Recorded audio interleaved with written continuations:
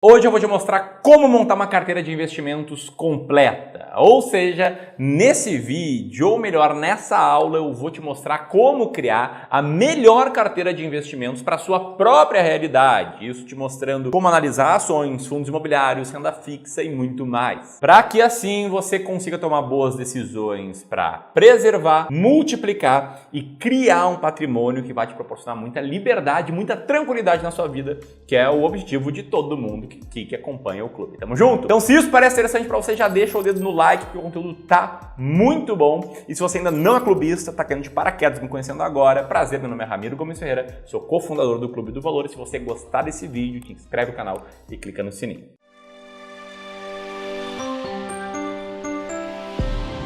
Então vamos lá, vamos começar falando sobre como criar uma carteira de investimentos, e aqui eu quero falar que esse vídeo, ou melhor, vamos lá, essa aula aqui, ela é muito, mas muito importante. E eu criei ela com o objetivo de acabar com a maior dúvida que eu vejo os investidores brasileiros terem, que é como investir meu dinheiro, né? O que comprar, quando vender algum ativo. E eu vou te ajudar a responder essa pergunta te apresentando aquela que eu julgo ser a melhor estratégia de investimentos. Melhor estratégia para você colocar o seu dinheiro para trabalhar para ti. E por acaso é uma estratégia bem diferente do que você provavelmente já ouviu falar até aqui, do que é mais veiculado aí na mídia, por outros influenciadores, até mesmo por alguns gestores de investimentos, é a estratégia de market timing, né? Que é aquela estratégia que diz que você precisa analisar o mercado para daí ter uma leitura desse mercado e com base na sua leitura decidir o que comprar, né? Decidir se é hora de comprar ações, ou se é hora de comprar fundos imobiliários, ou se é hora de ir para renda fixa, ou se é hora de comprar ouro ou câmbio, etc. E market timing é muito popular, não à toa, toda hora a gente vê manchetes assim.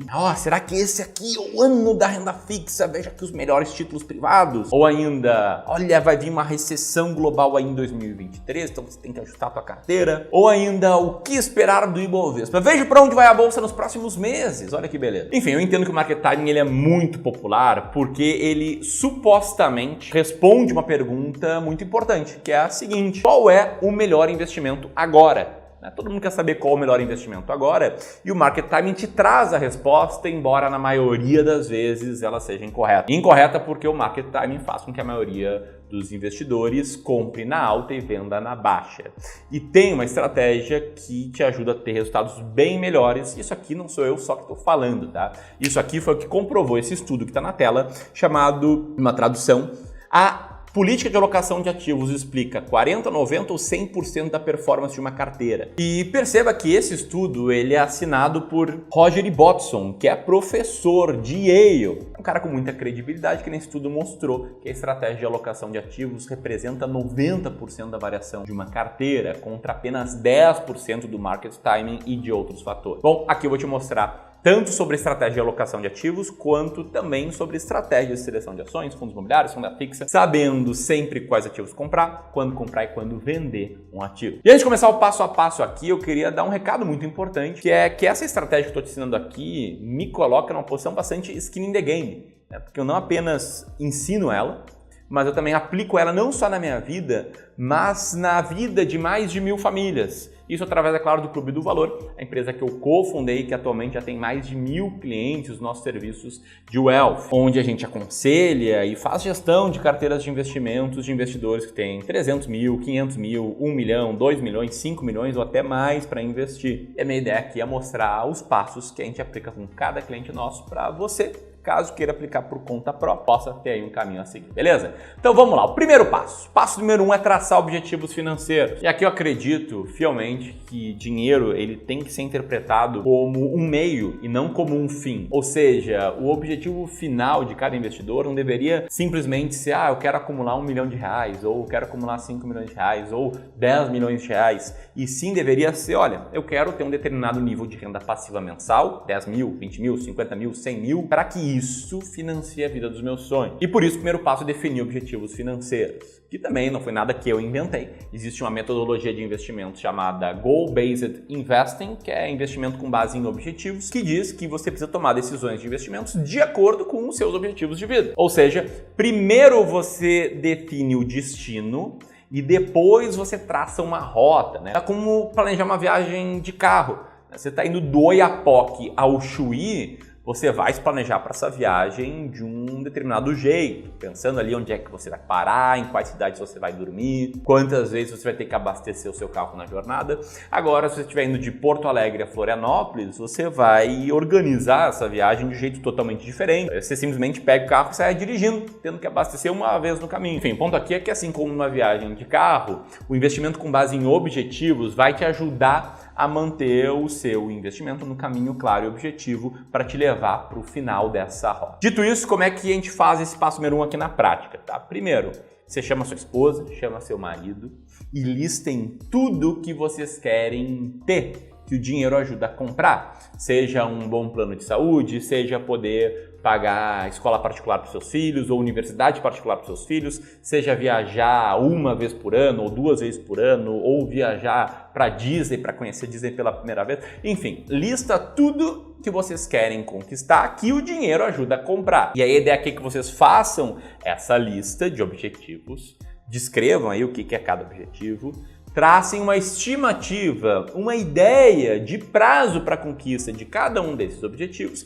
e também uma ideia, uma estimativa que pode ser bem por cima de valor total necessário em termos financeiros para conquistar esses objetivos. Você faz algo mais ou menos como essa tabela aqui, né, que você vai listando seus objetivos, vai descrevendo seus objetivos, vai colocando um prazo para cada um e o valor estimado para a conquista de cada um deles. Daí você vai para o passo número 2, que é implementar a fórmula 1-5+ de investimento. E se você procurar no Google não vai encontrar nada, porque fui eu que criei a fórmula 1-5+ de investimentos para te lembrar como tomar as melhores decisões possíveis de investimentos de acordo com seus objetivos. Qual a ideia aqui, tá? Para objetivos de curto prazo, ou seja, de prazo com até 1 ano de distância em relação a hoje, você vai investir de um jeito muito simples, que é comprando Tesouro Selic ou CDB, que tem uma rentabilidade atrelada ao CDI e liquidez diária. Por que isso, tá? Porque esse é o ativo com menos risco da economia, o Tesouro Selic é o ativo com menos risco da economia, vai subir praticamente todos os dias um pouquinho, não vai te trazer nenhuma surpresa desagradável quando você tiver que gastar esse dinheiro nos próximos meses. Então tem segredo aqui para investimentos de curto prazo. Agora, para investimentos de médio prazo, de até 5 anos, você pode ter um retorno um pouquinho maior, embora eu não recomende que você corra muitos riscos. Então até 5 anos, o que a gente faz aqui com os nossos clientes? A gente coloca esse dinheiro em ativos de renda fixa que tenham um prazo de vencimento, um prazo de resgate ou um prazo de carência, né, que é o prazo que você vai poder pegar o seu dinheiro de volta, coerente com seus objetivos financeiros.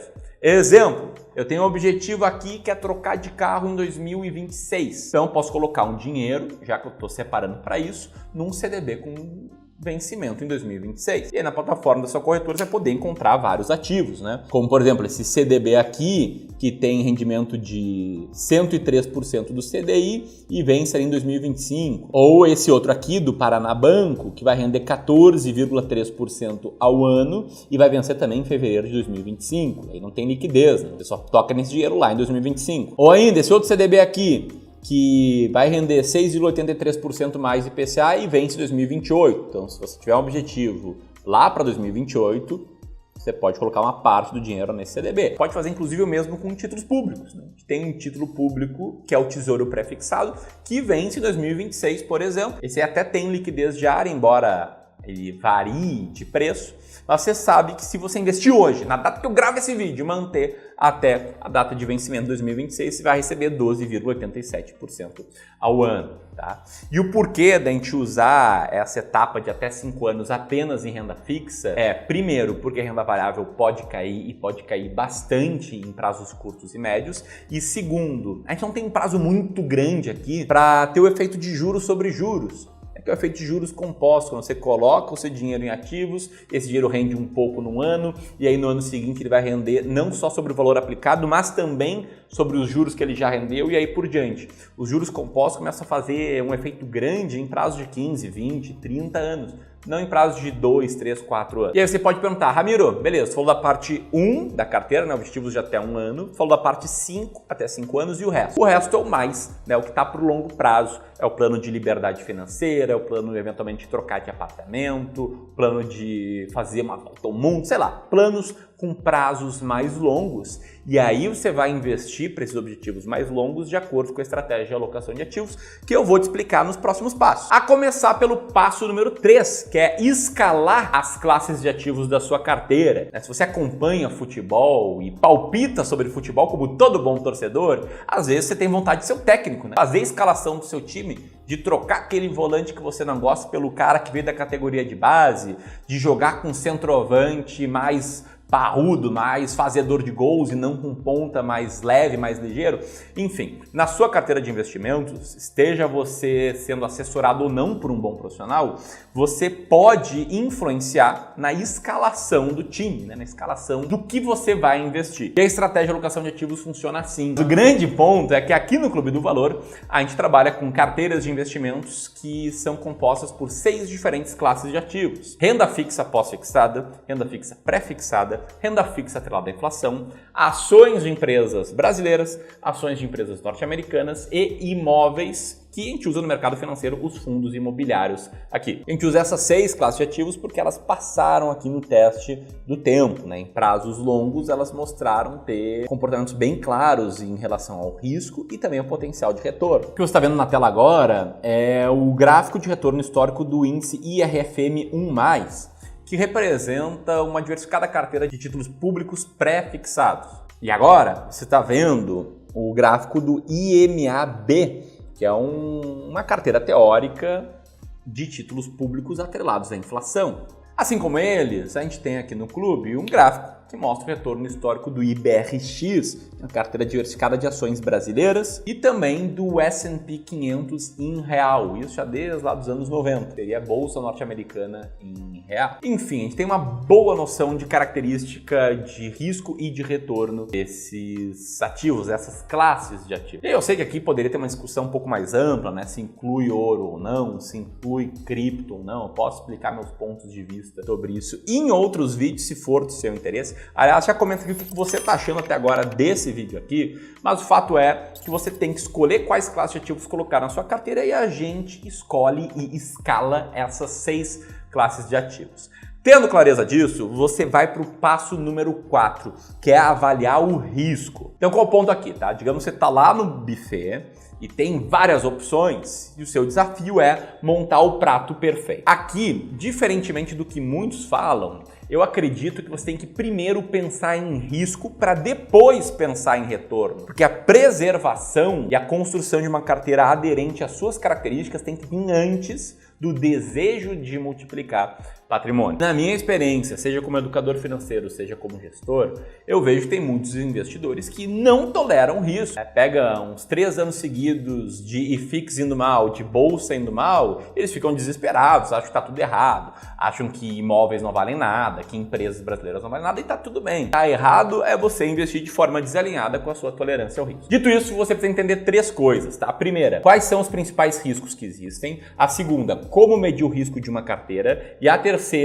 ver como é que o risco funciona na prática. E a primeira coisa que eu quero te mostrar é quais são os principais riscos que existem. E para isso eu preparei esse mapa mental aqui para auxiliar a minha explicação, tá? Primeiro aqui sobre o risco e te explicando o primeiro ponto, que é sobre os diferentes tipos de risco que existem em investimento. Eu não vou te mostrar todos, mas vou te mostrar os principais, que são risco de mercado, de liquidez, de crédito e de inflação. E além disso, vou fazer uma provocação sobre o que será que realmente é risco. Tamo junto? Então vamos lá. Risco de mercado, tá? O que é o risco de mercado? É o risco de você ter perdas com seus investimentos, é o risco de você comprar um ativo e ver que o seu preço diminuiu. Essa aqui é a forma mais comum de risco. E esse risco aqui ele não pode ser controlado, você não escolhe o risco de mercado de uma ação ou do mercado de ações, mas ele pode ser reduzido pela diversificação e pode ser mensurado também.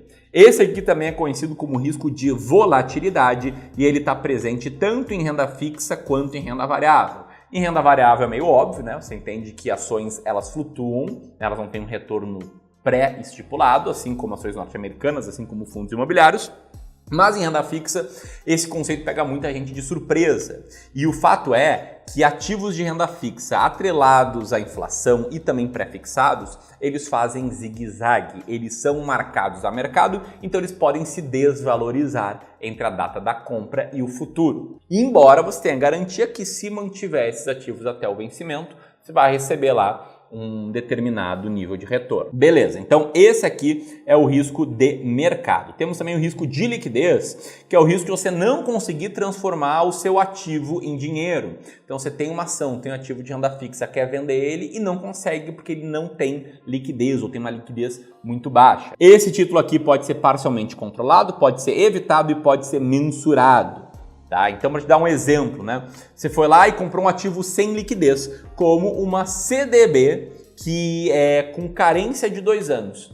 E aí você se arrependeu. Bom, aqui dificilmente vai ter algo que você possa fazer, porque você não tem liquidez nesse ativo. Então você tem que pensar muito bem sempre que for comprar algo sem liquidez, tá? Tem também o exemplo em renda variável, né? Quando você compra uma ação pouquíssimo negociada e quer vender ela e tem poucas pessoas querendo comprar. Quando isso acontece, diz que tem um grande spread no book de oferta. Um ponto sobre risco de liquidez é que em crises esse risco aumenta, a liquidez do sistema ela diminui. Você tem que estar muito ligado aqui e tem que entender que esse risco aqui está presente em ativos de renda fixa de crédito privado, porque títulos públicos têm liquidez diária, e está presente em renda variável quando você compra ativos com baixa liquidez. Beleza? Buenas. Terceiro risco, risco de crédito, risco de default ou de calote, né? Que é basicamente quando o credor não honra a sua obrigação. Na renda fixa, o ativo que você compra é a dívida de uma empresa ou a dívida do governo. Se esse cara que se endividou trocou os pés pelas mãos, fez mal seus cálculos, entrou numa enrascada financeira e não consegue honrar as suas dívidas, você, investidor, pode tomar um calote, pode sofrer um default. E aí o título passa a valer zero, tá? Esse risco aqui ele não pode ser controlado, mas ele pode ser reduzido, tanto pela diversificação, comprando diferentes títulos, diferentes emissores, quanto pelo fundo garantidor de crédito, que eu vou te explicar ainda mais nesse vídeo, quanto também investindo em títulos públicos, que é a forma de evitar esse risco aqui. Buenas, ele está presente em ativos de renda fixa majoritariamente, tá? Tem também um pouquinho ali em fundos imobiliários, em fundos de papel, mas principalmente em renda fixa, em títulos de crédito privado. Por que eu digo que não existe em títulos públicos, ou que ele é praticamente nulo? Bom, porque o governo, ele controla a emissão de moeda.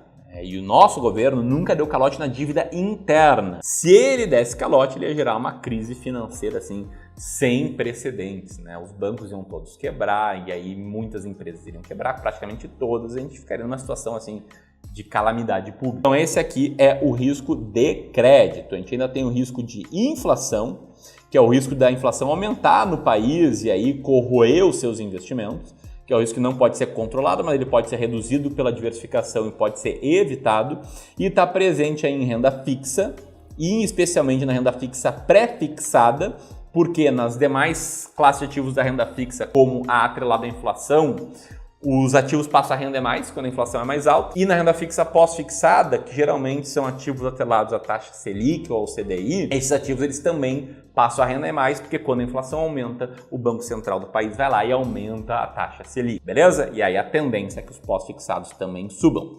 Em renda variável, esse risco está mais ou menos presente. Como assim, Ramiro? Porque indiretamente as ações sobem quando a inflação é muito alta. A gente viu isso no período de hiperinflação aqui do Brasil.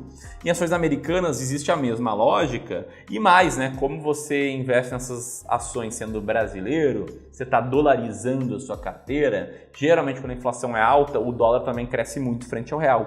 E em fundos imobiliários, os fundos de papel eles têm indexadores que são geralmente a inflação, como IPCA e IGPM, e os fundos de tijolo geralmente têm seus contratos reajustados pela inflação. Bom, dito tudo isso, eu queria fazer algumas considerações sobre o risco de mercado, tá? O risco de mercado, esse primeiro que eu expliquei aqui, que eu te falei que é a forma mais comum de risco e que é chamado de volatilidade, eu tenho algumas críticas a você enxergar isso aqui como um risco verdadeiro, tá? Porque o que é a volatilidade? Volatilidade é uma medida estatística que mostra a dispersão de retornos de um ativo em relação à média. Então, se o ativo tem alta volatilidade e uma média de retorno de 10% ao ano, significa que vai ser comum desse ativo render em alguns anos 30%, 40% e em alguns anos render menos 20%, menos 30%. Ele é muito volátil.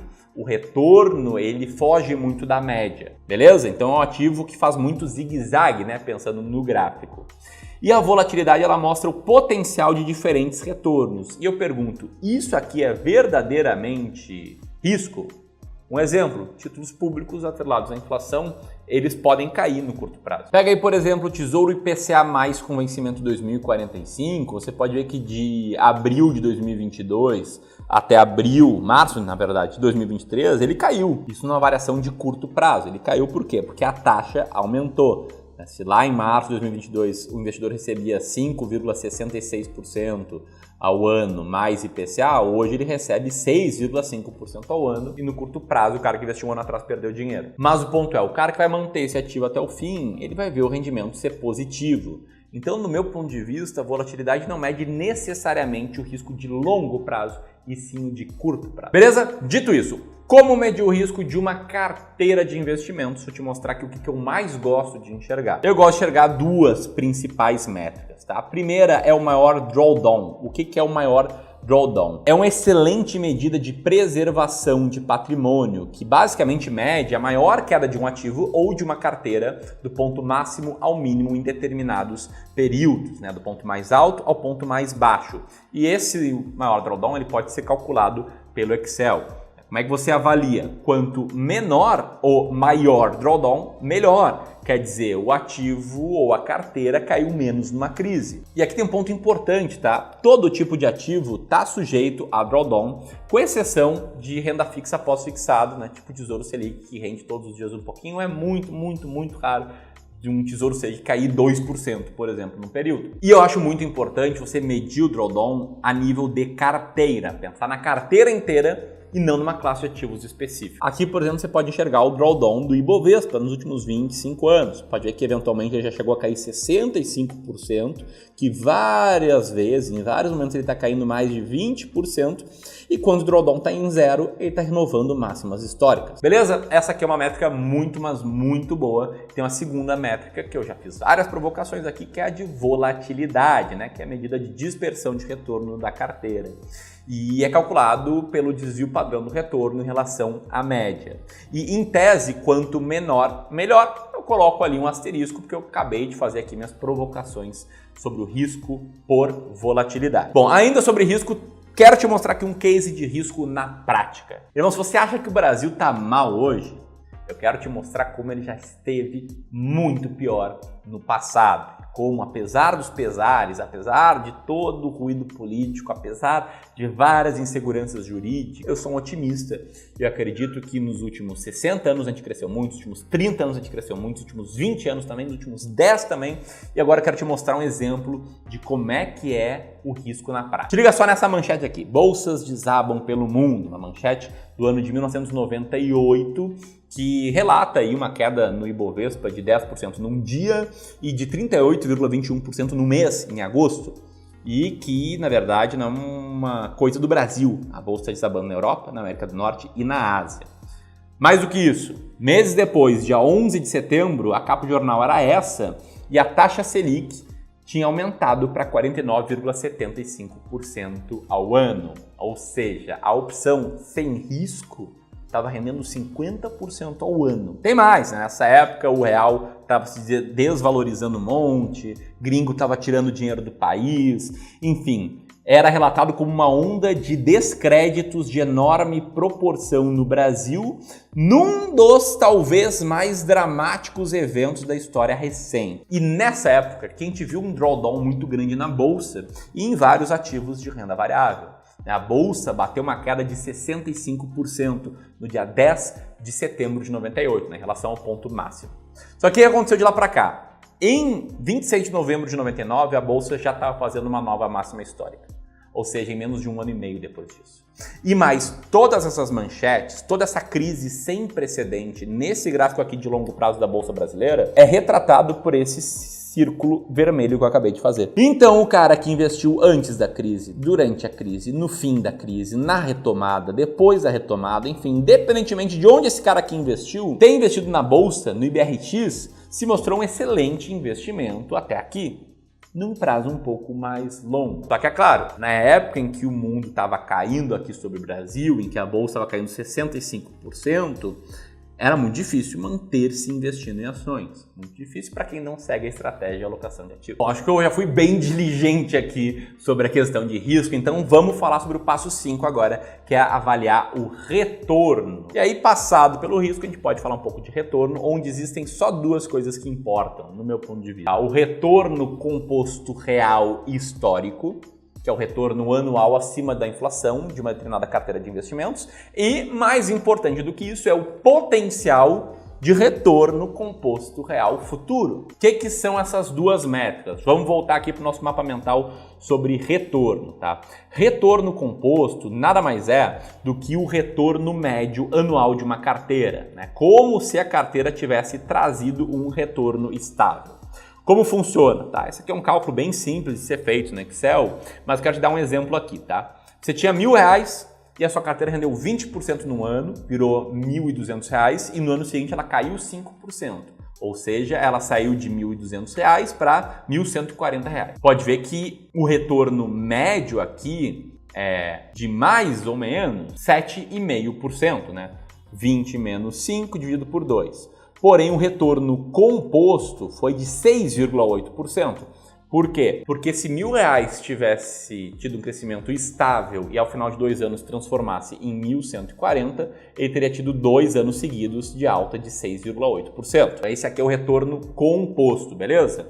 Quanto maior, em tese, melhor. E o retorno composto real é ainda mais simples de entender, né? Você entendeu o que é retorno composto? Retorno composto real é o retorno composto descontado à inflação, que é para ter uma ideia de estabilidade de retornos que superam a inflação. Como é que funciona o cálculo? Simples. Você pega 1 mais o retorno composto dividido por 1 mais a inflação do período e aí faz o ajuste, né? Diminui 1 e multiplica por 100, tá? Não é um menos o outro. Tipo, se o retorno composto foi 6,8, a inflação foi 4, 6,8 menos 4 daria 2,8. Mas se calcular direitinho do jeito que eu mostrei, você vai calcular uma alta de 6,8% no ano, dividido pela inflação, que foi uma alta de 4. Isso aí você vai tirar 1 e multiplicar por 100 e vai ver que o retorno composto não foi 2,8, foi 2,69, mas quase. Como avaliar aqui? Quanto maior, melhor. E aí o ponto aqui, né? Como a gente está falando de alocação de ativos, que nada mais é do que você montar uma carteira diversificada de investimentos, usando várias classes de ativos, considerando o risco de cada classe de ativos, tanto risco quanto retorno a gente deve olhar em carteiras diversificadas. E aqui no Clube do Valor eu criei um livro online, um e-book, em que eu falo sobre alocações de ativos que a gente gosta de trabalhar. Então o que eu quero te mostrar aqui, tá? Eu quero te mostrar que a gente aqui no Clube do Valor trabalha com 5 diferentes modelos de alocação de ativos, né? Que vai desde o mais conservador, que a gente chama de modelo equilibrado, até o mais arrojado, que a gente chama 100% renda variável. Só para dar uma noção do que é cada modelo, o modelo equilibrado é um modelo com 30% de peso em renda variável e 70% de peso em renda fixa, como você pode ver nesse gráfico de pizza. O modelo balanceado, por sua vez, ele tem 45% de peso em renda variável e 55% de peso em renda fixa, nessa seguinte proporção. O sofisticado, que é o modelo que eu gosto demais, ele tem 60% de peso em renda variável, igualmente distribuído nas 3 classes de ativos de renda variável, e 40% de peso em renda fixa, com peso um pouquinho maior em renda fixa atrelado à inflação. Por fim, o modelo arrojado tem 75% de peso em renda variável e 25% de peso em renda fixa, e o modelo 100% renda variável, como o nome indica, é apenas composto por classes de ativos de renda variável. Bom, como eu te falei já sobre métricas de risco e métricas de retorno, agora fica mais fácil de você entender esse tabelão aqui que está nesse e-book que eu escrevi. É que é o nosso backtest das diferentes composições de alocação de ativos.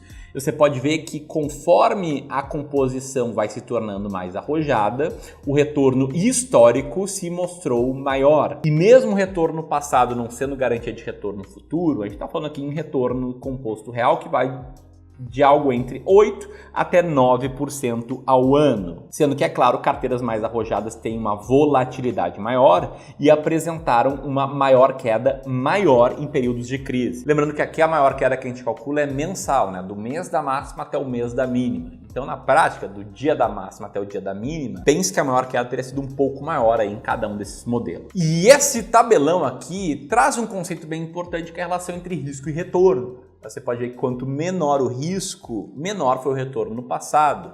E quanto maior o risco, maior foi o retorno no passado. Além disso, tem outro ponto muito importante aqui, que é quando a gente for trabalhar com expectativa de retorno no futuro. Eu gosto sempre de ser conservador aqui, então eu pensaria numa expectativa de retorno futuro de mais ou menos 5% ao ano ali na carteira mais equilibrada, acima da inflação, é claro, né? Retorno real composto, até mais ou menos 8%, sendo um pouco mais otimista, 9% ao ano na carteira 100% renda variável. Mas trabalha com 8 que vai estar mais tranquilo. De novo, acima da inflação. Antes de ir para o passo número 6, né, que é definir sua composição ideal de carteira, eu queria te dar de presente o acesso gratuito a esse e-book chamado Como e Onde Investir R$1 Milhão, que serve para quem tem 1 milhão, 2 milhões, 5 milhões, mas também para quem tem 500 mil, 300 mil, 100 mil para investir. O link de download vai estar aqui e também no comentário fixado. E é um presente meu para você que está muito determinado a aprender a investir melhor e está aqui há muito tempo comigo nessa aula. Tamo junto? Então vamos lá. Passo número 6. Definir a sua composição ideal. Com base na análise de risco e de retorno, você tem que escolher um modelo de alocação de ativos para ti. E um ponto muito importante aqui é que a ideia é que você se case com a sua composição ideal de carteira, sabendo que não é para existir a possibilidade de divórcio. Em outras palavras, não cometa o erro de mudar muito a tua composição ideal de carteira, porque isso aqui eu vejo com experiência prática. Quando o mercado tá bom, quando a maré tá alta, tá todo mundo migrando, todo mundo migra para carteiras mais arrojadas. Aí quando a maré baixa e a gente vê que tem várias pessoas nuas ali na água, muitos voltam e migram para carteira mais conservadora. Só que qual é o ponto? O cara migra para carteira mais arrojada quando tá tudo subindo, então ele compra na alta, e migra para carteira conservadora quando tá tudo caindo, então ele vende na baixa. E essa é a receita para você perder dinheiro. Mas Samiro, precisa ser uma das 5 composições que o Clube do Valor trabalha? Não precisa. Você pode escolher a composição que você quiser, sabendo que quanto mais renda variável tiver, mais risco a carteira vai ter e mais potencial de retorno também. Bueno, dito tudo isso, você pode pensar, poxa, mas como é que eu vou fazer para escolher os ativos? Para escolher as ações, para escolher os ativos de renda fixa, para escolher os fundos imobiliários, enfim. O passo 7 é sobre como analisar e montar uma carteira de renda fixa. E como você pode ver, também tem aqui o mapa mental para me auxiliar nessa parte do conteúdo. Eu quero te mostrar algumas coisas aqui, tá? O primeiro ponto são as 3 classes de ativos de renda fixa, que eu já citei ao longo dessa aula, mas que são pós-fixada, pré-fixada e atrelada à inflação. Na pós-fixada, aqui vão ter ativos que vão render em linha com a taxa Selic e que, na média, todos os meses vão subir um pouquinho, com baixíssimo risco de mercado e com um retorno que tende a ser acima da inflação. Por que tende a ser acima da inflação, amigo? Porque quando a inflação sobe, a taxa Selic também sobe. E quando a inflação cai, a taxa Selic também cai, como no gráfico que você está vendo na tela agora. Buenas, essa é a renda fixa pós-fixada, tá? E a pré-fixada? Pré-fixada é composta por ativos que têm um retorno nominal já prometido. Aqueles ativos como o Tesouro Pré-fixado, que rendem 12% ao ano, ou como um CDB que vence em 5 anos, que rende 15% ao ano. Quando a inflação é maior do que o esperado, esse ativo aqui pode se mostrar ruim. O cara que, sei lá, no ano de 2020 investiu no ativo pré-fixado recebendo 7% ao ano de retorno e agora está vendo a inflação na casa dos 5%, 6%, ele está recebendo muito pouco acima da inflação. Porém, quando a inflação, na prática, se mostra abaixo do esperado, o cara pode receber um retorno maravilhoso. O cara que investiu num pré-fixado recebendo 14% ao ano hoje, se ele vê uma inflação média de 4% ao ano nos próximos anos, porra, ele vai estar ganhando 10% acima da inflação nesses ativos. Por conta disso, o potencial de retorno na renda fixa pré-fixada é um pouco maior que a da pós-fixada. Ou seja, no gráfico histórico, os títulos públicos pré-fixados renderam mais do que os pós. Buenas, e os atrelados à inflação? Eu deixei eles para o fim porque eles têm uma parcela pós-fixada e uma parcela pré-fixada. Como é que é? Aqui você tem um retorno real prometido, que vai ser pós-fixado atrelado à inflação, pós-fixado ligado ao IPCA na maioria das vezes, mais um retorno de X% ao ano. Enquanto eu gravo esse vídeo, né, o Tesouro IPCA mais 2029 rende 6,3% acima da inflação, 2035 6,42%, 2045 6,53% e aí por diante. Porém, ele, apesar de te proteger da inflação, pode, num período de inflação muito alta, não trazer o melhor a melhor proteção possível. Vou te dar um exemplo, se a inflação for muito alta, você vê esse ativo render muito e vai pagar mais imposto de renda, sobrando menos no seu bolso. Como assim, Ramiro? Bom, se você investe lá no título que paga IPCA mais 6,53% ao ano, e o IPCA é de 5,54% ao ano nesses anos, você vai ver esse título render 12,43%, vai ter um desconto de imposto de renda sobre o lucro, tá? Que chega a 15% a tabela do imposto de renda para renda fixa. Descontando o impacto da inflação, seu retorno verdadeiro acima da inflação vai ser de 4,76%. Tudo bem. Agora, se a inflação for de 20% ao ano, você vai pagar mais imposto e aí, descontado o imposto, contado a inflação, vai sobrar menos, entendeu? Mas aqui é mais um detalhe, na verdade, ele te protege, sim, da inflação no longo prazo. E o que é o ideal aqui em termos de composição de classes de ativos? O ideal é fazer uma diversificação delas. Porque a pós-fixada tem menos risco, mas menos potencial. A pré-fixada tem mais risco, mas mais potencial. A tabela da inflação é a mesma coisa. Então, o ideal é ter um mix delas. E aí, na hora de escolher os ativos, você tem que pensar em basicamente duas coisas. Relação entre carência e liquidez e relação entre riscos. Risco de crédito aqui falando, tá? Sobre relação entre carência e liquidez, né? Carência, só para lembrar, é um período que você não pode tocar no título. Investiu num CDB, tem 2 anos de carência, acabou. Só vai ver esse dinheiro daqui a 2 anos. Como o investidor, ele abre mão de algo, ele abre mão de liquidez, ele tem que ser beneficiado por isso. Aí ele é beneficiado com um potencial de retorno maior. Títulos com carência, né, sem liquidez, tendem a render mais do que os títulos sem carência e com liquidez. Já a liquidez é poder vender quando você quiser, tá? E o ideal aqui é ter um mix entre títulos sem carência e títulos com carência, que é bom ter um pouco de liquidez na sua carteira de renda fixa. Outro mix importante é entre risco, tá? Aqui, o que é o risco soberano? O risco soberano é o risco de investir em títulos públicos, é o menor risco que tem em termos de risco de crédito e você provavelmente não vai tomar calote, porque se der muito ruim para o governo, ele vai imprimir moeda e vai pagar os credores. Depois, se você quiser investir em ativos de crédito privado, emitido por empresas privadas, tem alguns ativos que têm a garantia do fundo garantidor de crédito, que diz que se um banco quebrar, os investidores em CDBs, LCs, LCIs, LCAs, conta corrente, poupança e mais alguns ativos vão receber o dinheiro de volta. Esse risco aqui, ele é maior que o soberano, ele é mais arriscado, mas ainda assim ele é bem pequeno. Aqui na tela você pode ver todos os ativos aí com garantia do FGC e pode ver que a garantia vai até R$250 mil investidos e pode ver que o FGC levou na média 26 dias aí para pagar os credores quando um banco quebra, né? Quando é decretada a liquidação de algum banco. A liquidez do FGC é de 78 bilhões de reais, é uma liquidez bem alta. Existe um cálculo atuarial para determinar qual é o alvo de liquidez que eles têm que ter. Pode assustar alguns o fato de ser 2,2% do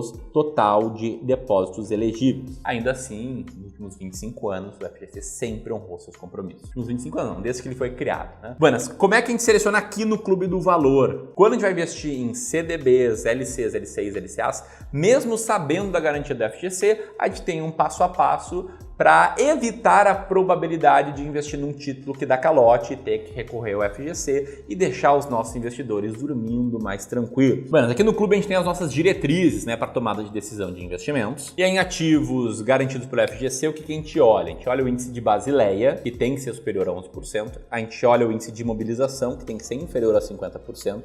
A gente olha para o lucro, que tem que ter sido positivo em ao menos 2 dos últimos 4 anos e em pelo menos um dos últimos 2 anos. A gente não permite uma defasagem grande de publicação de balanço e ainda assim, passou por todos os filtros, a gente prefere instituições que têm um patrimônio líquido maior em frente às que têm um patrimônio líquido menor.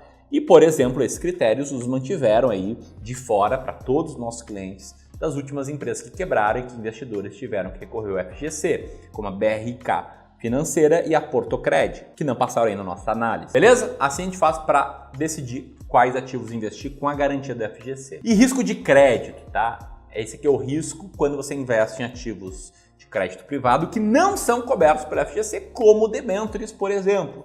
Tá? Aqui o risco é ainda maior e requer muito mais cuidado na alocação. Se você fizer bobagem e a empresa quebrar, não vai ter o FGC para te salvar. Então, primeiro, eu não sugiro que investidores que não tenham esgotado o FGC invistam em debêntures, mas aqui no clube a gente tem clientes de 10 milhões, de 15 milhões, de 20 milhões de reais em que a gente tem que comprar debêntures por conta do limite das garantias do FGC. E para esses casos, a gente tem o nosso próprio passo a passo. Quer comprar ativos com rating superior a BRA+, olhar para dados de EBITDA, de margem operacional e ROIC para garantir comprar debêntures de empresas mais estáveis, com menor alavancagem e com uma probabilidade de insolvência menor. E a gente também tem nosso comitê aqui de análise de risco de crédito. A gente analisar profundamente uma empresa, a gente dá uma olhada nesses critérios que estão na tela, tá? Se ela descumpre esses critérios, a gente vai lá e olha melhor. Bom, o ponto é, se você tem um grande patrimônio, milhões para investir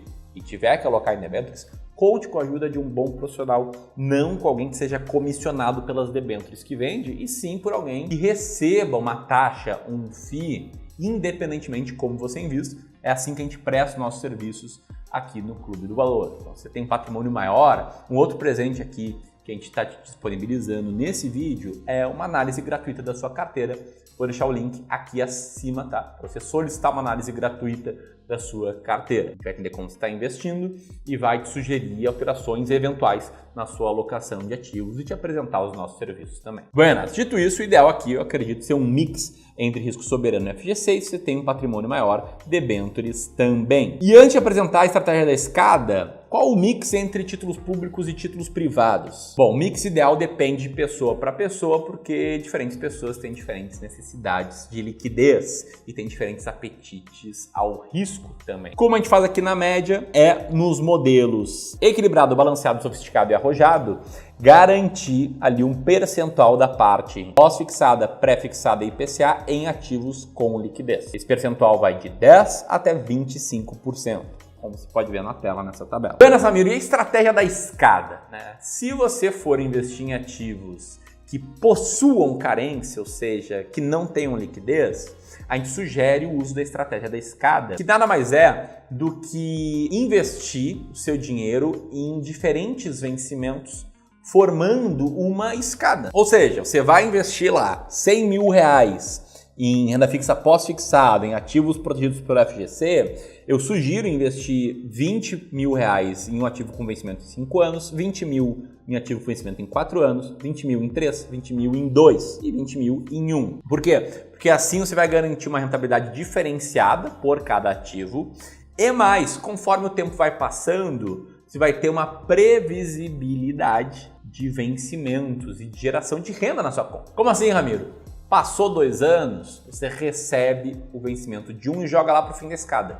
Você sabe que no ano que vem vai receber um outro vencimento, que daqui a 2 anos receber mais um vencimento e aí por diante. Então você vai sempre jogando lá para o degrau mais distante e vai criando aí uma bola de neve de vencimentos ao longo do tempo. E esse foi o nosso passo 7. Temos também o passo número 8, que é como analisar ações e montar uma carteira de ações. E aqui eu preciso alinhar contigo alguns princípios para depois falar sobre formas de investir, depois te explicar como é que a gente faz.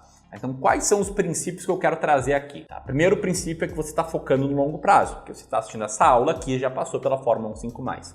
Segundo princípio é que você quer preservar seu patrimônio antes de multiplicar. Você não quer ter um ganho rápido, um ganho explosivo, não acredita nessas bobagens. Você quer sim ver o seu patrimônio se multiplicar no longo prazo. E terceiro princípio, você vai investir em 20 diferentes ações, porque foi isso que estudos, como esse aqui feito pelo Joe Greenblatt, mostraram. Com algo entre 16 e 32 ações, você reduz entre 93% e 96% do risco não sistemático, que é o risco aí inerente a um setor específico ou a uma empresa específica. Dito isso, existem algumas formas de investir, que são a forma passiva, a forma ativa e o que eu chamo aqui de forma semi-ativa. Tá? O que é a forma passiva? Tá? Você investe num ETF, que é um fundo de índice, é um fundo que replica um índice. Então tem ETF de código BOVA11 na bolsa que replica o índice Bovespa. Tem um ETF de código PIB11 com 2 Bs de bola que replica o IBRX. Enfim, né, eles replicam um índice, e um índice, se você não sabe, uma carteira teórica de ativos com regras claras para a seleção desses ativos. Hoje em dia, o retorno do Ibovespa e do IBRX são praticamente idênticos, porque em 2014 o Ibovespa mudou as regras de composição e ficou igual ao IBRX. O retorno histórico do IBRX é esse que está na tela, né, esse gráfico que está na tela, que foi aí na faixa de 8,86% ao ano, já descontado a inflação. Bom, essa forma passiva. A forma ativa é você mesmo escolhendo as ações, que é a forma que a gente segue aqui no Clube do Valor, e tem também a forma semi-ativa, em que você escolhe um gestor de investimentos e esse gestor escolhe de forma ativa as ações para ter em carteira. Bom, aqui eu quero explicar como é que a gente faz e de uma forma diferente com o que eu explico na maioria dos vídeos aqui do Clube do Valor para quem já é clubista há mais tempo. Lembrando, se você está me conhecendo aqui hoje, se inscreve no canal, clica no sininho para se tornar um clubista e receber novos vídeos de investimento. Eu quero explicar de um jeito diferente, explicando o que é o fator de valor, que é o que está por trás aí da nossa estratégia de seleção de ações. Né? Aí não é só o fator de valor, mas também o fator de tamanho. Então vamos voltar aqui para o nosso mapa mental para eu falar um pouco sobre Factor Investing. Tá? Factor Investing é um investimento com base em fatores, e fatores são características em comum de várias ações. Então, o que faz validar o fato de um fator ser vencedor? Existem 5 critérios que eu chamo aqui de 5 P's. Primeiro, porque funciona. Depois, persistência dos resultados. Segunda, plenitude dos resultados, né? O fato dos resultados terem funcionado em diversas classes de ativos em diversos países. Depois, o fato do fator ser parrudo, ou seja, existir diferentes formas de selecionar ações olhando para esse fator. E o último P, ser possível de investir. Como assim, Ramiro? Vamos lá. Por que funciona, tá? Para mim, toda a estratégia de investimentos tem que ter um motivo intuitivo para funcionar ex ante. Ou seja, antes de fazer um backtest, antes de fazer um estudo, tem que ter um racional claro. Depois, persistência de resultados, tá? O retorno tem que ser persistente no longo prazo. Depois, resultado pleno. A lógica ela tem que funcionar não só no Brasil, como nos Estados Unidos, na Europa, em fundos imobiliários, em outras classes de ativos e aí por diante. Estratégia parruda diz se o fator funciona com uma série de diferentes regras. Já vou te mostrar. E se é possível de investir, se além de ter um backtest que comprove resultado, mostrar se você consegue selecionar esses ativos ou investir num fundo para replicar esse valor, beleza? São esses 5 P's aqui. Eu quero falar sobre os fatores de valor e de tamanho hoje. O fator de valor é o seguinte, o que ele é?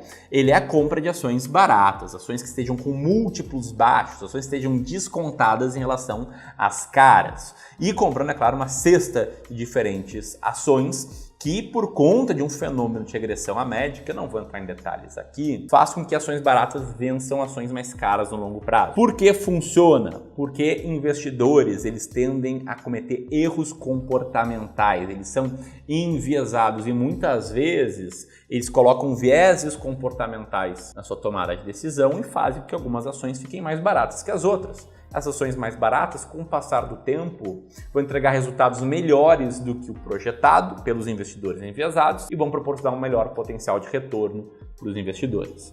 É persistente, Ramiro? É persistente, tá? Aqui no livro Factor Investing mostrou o prêmio da estratégia de valor ao longo dos anos. Ela rendeu na média 4,8% ao ano acima da média dos mercados. E em praticamente todos os períodos de 20 anos ela rendeu mais do que o mercado. E no Brasil eu fiz esse estudo e aqui a estratégia das ações mais baratas da Bolsa rendeu mais do que o IBRX em 88% dos períodos de 5 anos e em 100% dos períodos de 10 e 20 anos. Esse retorno, além de tudo, é pleno. Os super investidores dos Estados Unidos, Benjamin Graham, Walter Schloss, Warren Buffett, todos eles exploravam o fator de valor. Mais do que isso, tem uma série de estudos nos Estados Unidos e no Brasil e também com fundos imobiliários que mostram que ações descontadas vencem a média do mercado. É parrudo? Sim, é parrudo, né? Aqui no Clube do Valor eu já fiz backtest da Magic Fórmula, da estratégia do Décio Bazin, da máquina de dividendos, que queira ou não, olha ações baratas, né? Estão com alto dividend yield, então estão com baixo preço por lucro. As ações mais baratas da Bolsa. Empresas com baixo PVPA também tendem a ter um resultado maior do que a média e aí por diante. E é possível de investir? Sim, né? Seja individualmente, tendo regras claras para comprar, manter e vender ações, seja pelo nosso fundo de ações aqui do Clube do Valor, disponível na XP e no BTG para os nossos clientes do serviço de Wealth. Então, se você é nosso cliente de serviço de Wealth, você pode investir em ações com a mesma estratégia nossa. Beleza? Aqui eu quero falar também de fator de tamanho, porque na nossa estratégia a gente seleciona muito small caps. E esse fator aqui diz que comprar ações de menor capitalização dá resultado. Por quê? Para te contar o porquê, eu quero te contar a teoria da Tupiniquim. Tupiniquim é uma marca de cerveja que eu gosto muito, que é uma marca pequena de cerveja.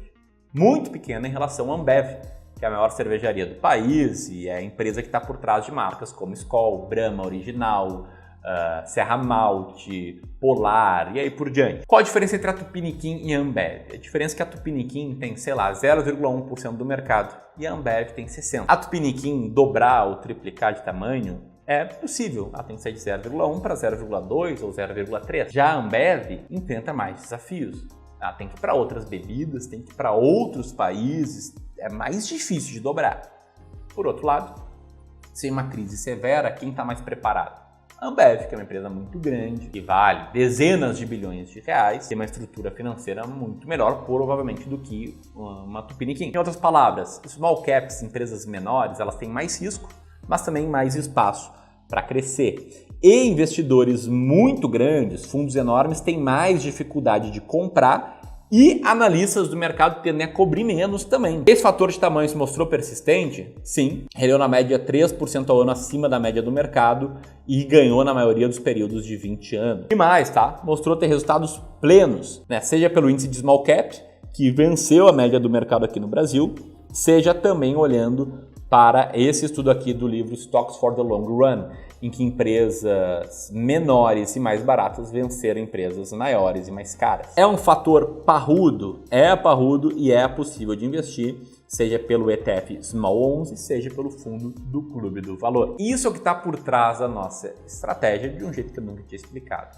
E no backtest? No backtest, o que a gente tem é o seguinte: a gente tem a carteira das ações mais baratas da bolsa, se valorizando bem mais do que a média do mercado, e mesmo para aqueles caras mais chatos que pensam, nossa, isso aí é um backtest, isso é uma planilha, a gente faz gestão de carteiras de clientes há muitos anos seguindo essa estratégia, e aqui eu queria te mostrar a evolução mensal da carteira do nosso cliente mais antigo em relação ao Ibovespa. Foi uma alta aí de mais de 300%, que multiplicou aí cada real investido por 3,7 vezes, contra uma alta de 87% do Ibovespa no mesmo período. Tá, Ramiro, mas me ensina a analisar, me ensina a escolher ações na prática. Para isso, mais um presente para quem está assistindo essa aula aqui, que é o acesso ao nosso e-book com 10 ações baratas da bolsa nesse mês aqui e com uma explicação minuciosa da estratégia, incluindo os filtros que a gente usa. Então, basicamente, a gente usa esses filtros aqui. A gente tira empresas de alguns setores, a gente tira empresas com pouca liquidez, recuperação judicial, organiza elas de mais baratas por EBIT em relação ao Enterprise Value, faz ajustes no resultado operacional para transformar o EBIT em lucro operacional e compra 20 ações baratas. Uma boa diversificação pensando em preservação de investimento. Se você quiser ter acesso a esse e-book também de forma gratuita, o link vai estar aqui, também vai estar na descrição, também vai estar no comentário fixado. E as ações norte-americanas, Ramiro? Bom, tudo que eu falei para ações brasileiras vale para ações norte-americanas, com pequenas diferenças, né, que você pode usar BDRs aqui no Brasil para selecionar ações. Não tem tanta liquidez ainda, não tem um universo tão grande, mas acredito que vai melhorar no futuro. Ou você pode fazer uma remessa para o exterior e ter conta em corretoras como a Avenue, que não é parceiro nosso, não ganho nada para falar dela, mas é uma forma de investir no exterior. Que para quem tem patrimônio maior, mais de $60 mil para investir, acaba tendo um problema, que é um altíssimo imposto sobre herança, chamado de State Tax, chega até 40%. Então, nesse momento, aqui no clube, a gente faz investimento em ações norte-americanas de forma passiva por um ETF de código IVVB11. Dito isso, passo 9, como analisar fundos imobiliários e montar uma carteira de fundos imobiliários. De novo, tudo que eu falei para ações brasileiras vale aqui para fundos imobiliários, isso em termos de princípios e formas de investir e também estratégia de Factor Investing. A grande diferença aqui é que os critérios que a gente usa para definir quais fundos imobiliários estão baratos, eles são dois. A gente olha para preço por valor patrimonial e ela tem para mediana de dividend yield, mas seguindo os princípios do Factor Investing. E assim como na parte de ações baratas eu te apresentei um e-book mostrando a estratégia e algumas ações que estão baratas hoje, quero fazer o mesmo aqui na parte de fundos imobiliários, mais um presente aqui para ti, a nossa estratégia de fundos imobiliários explicados, com os nossos filtros explicados e também revelando aí fundos imobiliários que estão baratos nesse mês. Esse mês é o mês que você assiste esse vídeo, beleza? O link vai estar aqui também. Eu não vou me estender aqui nesse ponto para não tornar esse vídeo ainda mais longo. Mas aqui a gente vai para o passo 10, que é o passo mais importante de todos. Mas antes, por esse ser um vídeo completo e por você estar aqui demonstrando que está genuinamente interessado em melhorar os seus resultados, eu queria reforçar que você pode ter acesso a uma análise gratuita da sua carteira. Você tem mais de 300 mil reais para investir, né? Tem 300, 500, 1 milhão, 2 milhões, 5 milhões. E também acesso ao e-book sobre como investir o seu primeiro milhão ou os seus milhões de reais. E esse e-book ele é ainda mais completo do que esse vídeo e vai te mostrar exatamente como saber qual carteira montar e saber quando comprar e quando vender. Dito tudo isso, vamos lá, o passo 10. Como comprar na baixa e vender na alta para sempre. Lembrando que até aqui você já entendeu que tem que traçar objetivos financeiros antes de qualquer coisa, tem que aplicar a Fórmula 1.5+, e investir de forma diferente para objetivos de curto e médio prazo, entendeu que tem que escolher quais classes de ativos ter na carteira, avaliar o risco, avaliar o potencial de retorno, com base nisso definir a sua composição ideal de carteira e com base nisso saber como analisar e escolher ativos de renda fixa, de ações e fundos imobiliários. Para agora, no passo 10, você pegar o pulo do gato, que é basicamente saber sempre quando comprar e quando vender e mais, comprar na baixa e vender na alta. Então vamos supor que você seguiu esses passos e montou uma carteira seguindo o nosso modelo de alocação de ativos sofisticado aqui do Clube do Valor. E a sua carteira ficou assim. Você foi lá, montou essa carteira direitinho. E mais, se tornou cliente dos nossos serviços de Wealth. A gente te ajudou nisso. Buenas, o que vai acontecer depois de 3 meses? A gente não sabe. A gente não sabe o que vai subir, o que vai cair, o que vai ficar andando de lado. Mas a gente sabe que a tua carteira vai mudar. Ela pode mudar, por exemplo, para essa composição. Ó, nesse caso aqui, ações brasileiras saíram de 20% para 15% de peso e a renda fixa pós-fixada saiu de 10% para 15%. Então o que você faz? Ou com novos aportes você compra ações brasileiras para voltar para os 20%, ou você ainda vende renda fixa pós-fixada, vende na alta, para comprar ações brasileiras na baixa e trazer a sua carteira de volta para a composição ideal dela. E um ponto muito importante aqui, não vai ser confortável fazer esse movimento. Não é confortável comprar ações brasileiras na baixa, porque na baixa você só vê notícias ruins. Não é confortável vender na alta, porque na alta você só vê notícias boas, tudo parece bom. E é justamente por não ser confortável que você precisa de uma estratégia que te force a comprar na baixa e a vender na alta. Afinal de contas, esse aqui é o segredo do sucesso. Então, se você chegou até aqui, passou pelos 10 passos, poxa, você está de parabéns. E por estar de parabéns, vou deixar aqui o link do e-book Como e Onde Investir R$1 milhão e aqui o link de um vídeo que é sobre como montar uma carteira para gerar uma renda mensal de R$20 mil por mês. Também, se chegou até aqui, deixa teu comentário, te inscreve no canal, pode apertar nesse botão aqui para te inscrever e clica no sininho. Grande abraço e até mais.